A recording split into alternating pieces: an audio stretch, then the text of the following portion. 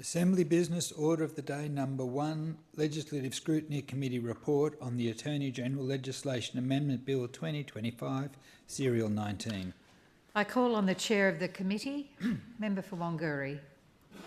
Madam Speaker, I table the Legislative Scrutiny Committee Report Inquiry into the Attorney General's Legislation Amendment Bill 2025 and the associated minutes of proceedings.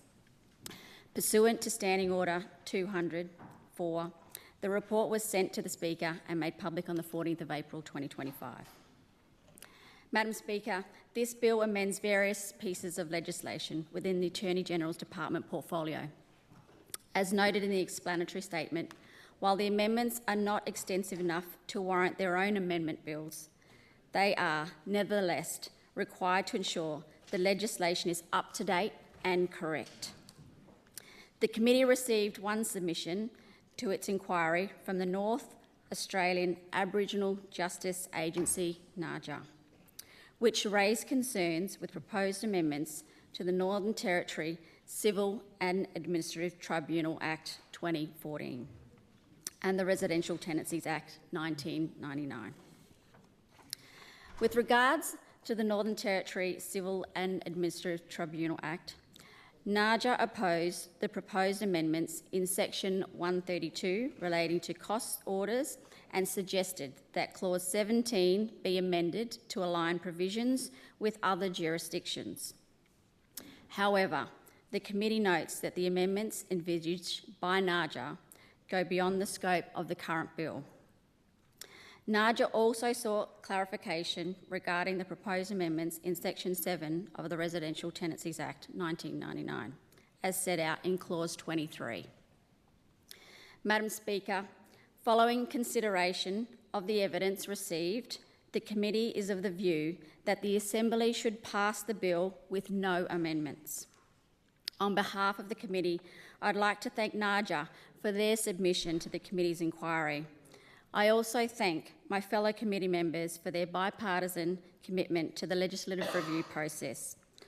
Madam Speaker, I commend the report to the Assembly. The Clerk will read the Order of the Day. Assembly Business Order of the Day Number 2, Legislative Scrutiny Committee Report on the Local Government Legislation Amendment Bill 2025, Serial 20. I call on the Chair of the Committee, Member for Wanguri. Madam Speaker, I table the Legislative Scrutiny Committee Report Inquiry into the Local Government Legislation Amendment Bill 2025 and associated minutes of proceedings. Pursuant to Standing Order 200, the report was sent to the Speaker and made public on the 29th of April 2025. Amending the Local Government Act 2019 and the Local Government General Regulations 2021. This bill seeks to modernise and improve the efficiencies, transparency and overall effectiveness of the local government sector. The proposed amendments are designed to align local government systems and processes with best practice and ensure the sector is more responsive and better suited to the needs of the Northern Territory communities. Madam Speaker, the committee received 6 submissions to its inquiry. While submitters were generally supportive of the proposed amendments, clarification was sought regarding the intended operations of various provisions within the bill. Submitters also put forward a number of suggestions as to how the bill might be improved. Following this examination of the bill and consideration of the evidence received, the committee has recommended that the Assembly pass the bill with the proposed amendments as set out in Recommendations 2 to 7. Recommendations 2 and 3 propose that the bill be amended to clarify the ramifications for non-compliance under Section 19C and the process for notifying the making of and giving effect to determinations based on recommendations of the Local Government Representation Committee. Recommendations 4 and 5 seek to ensure that the intent of the bill in relation to filling of casual vacancies as set out in Clause 54 and 65 is unambiguous and drafted in a sufficiently clear and precise way. Recommendations 6 and 7 propose amendments to the explanatory statement to clarify the policy purpose of Clause 7 regarding the amendment to the powers of the Local Government Representation Committee, and to address a number of typographical errors. Madam Speaker, on behalf of the committee, I'd like to thank all those who provided submissions to the committee's inquiry. I also thank my fellow committee members for their bipartisan commitment to the legislative review process. Madam Speaker, I commend the report to the Assembly. The clerk will read the order of the day. Assembly Business, Order of the Day number 3, Legislative Scrutiny Committee Report on the Domestic and Family Violence and Victims Legislation Amendment Bill 2025, Serial 22. I call on the chair of the committee, the member for Wanguri. Madam Speaker, I table the Legislative Scrutiny Committee Report Inquiry into the Domestic and Family Violence and Victims Legislation Amendment Bill and associated minutes of the proceedings. Pursuant to Standing Order 200-4, the report was sent to the Speaker and made public on the 29th of April 2025. Madam Speaker, this bill amends the Domestic and Family Violence Act 2007, the Domestic and Family Violence Regulations 2008, the Victims of Crime Assistance Act 2006, the Victims of Crime Rights and Services Act 2006, and the Victims of Crime Rights and Services Regulations 2010. The bill inserts mandatory sentencing provisions for breaches of domestic violence orders, expands the functions of the Victims Register, improves the Victim Assistance Scheme application and assessment process, and replaces reference to monetary amounts with reference to revenue units for calculation of the Victims Assistance Fund levy. Madam Speaker, the committee received 21 submissions to its inquiry. All submissions oppose introduction of mandatory sentencing, with various submissions also seeking clarifications regarding the intended operation of several provisions within the bill and putting forward suggestions as to how the bill could be improved.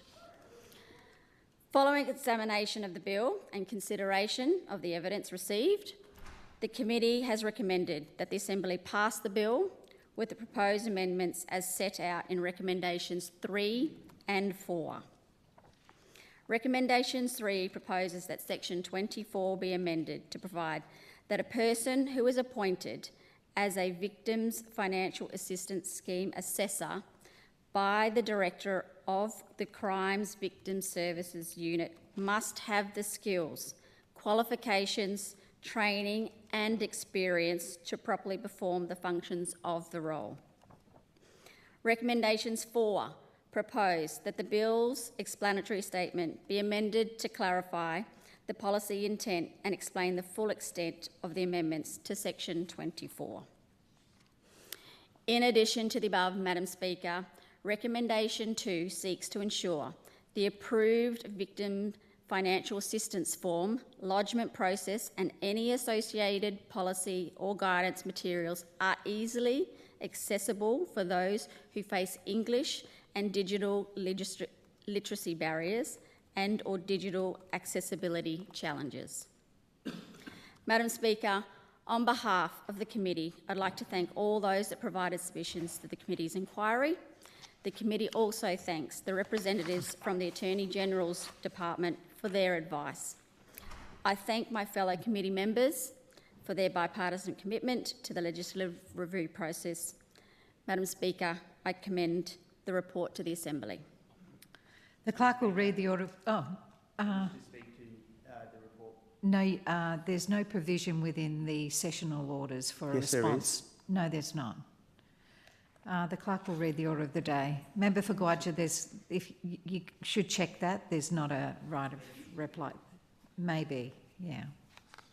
The clerk will read the order of the day. Assembly Business, Order of the Day number 4, Legislative Scrutiny Committee Report on the Northern Territory Aboriginal Sacred Sites Legislation Amendment Bill 2025, Serial 23. I call on the chair of the committee, the member for Wanguri. Thank you, Madam Speaker. I table the Legislative Scrutiny Committee Report Inquiry into Northern Territory Aboriginal Sacred Sites Legislation Amendment Bill and associated minutes of proceedings. Pursuant to Standing Order 204, the report was sent to the Speaker and made public on the 29th of April 2025. Amending the Northern Territory Aboriginal Sacred Sites Act 1989 and associated regulations, the bill makes a number of amendments that seek to improve protections for sacred sites, reduce red tape and improve certainty and processes for economic development. Madam Speaker, the committee received 30 submissions to its inquiry. While submissions were generally supportive of the policy intent of the bill, concerns were raised in relation to several of the proposed amendments as currently drafted. Following this examination of the bill, the committee is of the view that the Assembly should pass the bill with the proposed amendments as set out in recommendations 2 to 4. Madam Speaker, these recommendations seek to strengthen the legislation and ensure it's unambiguous and drafted in a sufficiently clear and precise manner. Recommendations 2 propose that to ensure ministerial nominees for members of the Aboriginal Areas Protection Authority have the capacity to fulfil their obligations as members of the authority.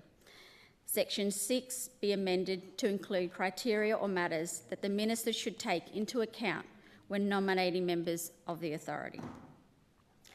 Recommendations 3 proposes that to ensure the integrity of the original authority certificate is retained, consideration be given to amending the bill to prove that the substance of the authority certificate is separated from the identity of the holders of the certificate, such that the certificate contains the substance of the given authority, including any conditions, with an addendum that identifies the holders of the certificate. Madam Speaker, acknowledging the importance of ensuring custodians are notified of any authority certificate transfers and the names of the holders of the certificate, Recommendation 4 proposes that, if not covered by an existing process, Sections 24A and 24B be amended accordingly. While beyond the scope of the current bill, the committee is of the view that if the Act is to be the subject of further reforms, consideration should be given to contemporisation of the legislation and incorporation of provisions similar to those in Section 18 of the Aboriginal Heritage Act 1972 WA, whereby if the minister becomes aware of new information about an Aboriginal site on land that is subject of an authority certificate, they may amend, revoke or confirm the authority certificate. Madam Speaker, on behalf of the committee, I'd like to thank all those who made submissions into the inquiry. The committee also thanks Professor Augustin and the representatives from the Aboriginal Area Protection Authority and the Department of the Chief Minister for their advice. I also thank my fellow committee members for their bipartisan commitment to the legislative review process. Madam Speaker, I commend the report to the Assembly.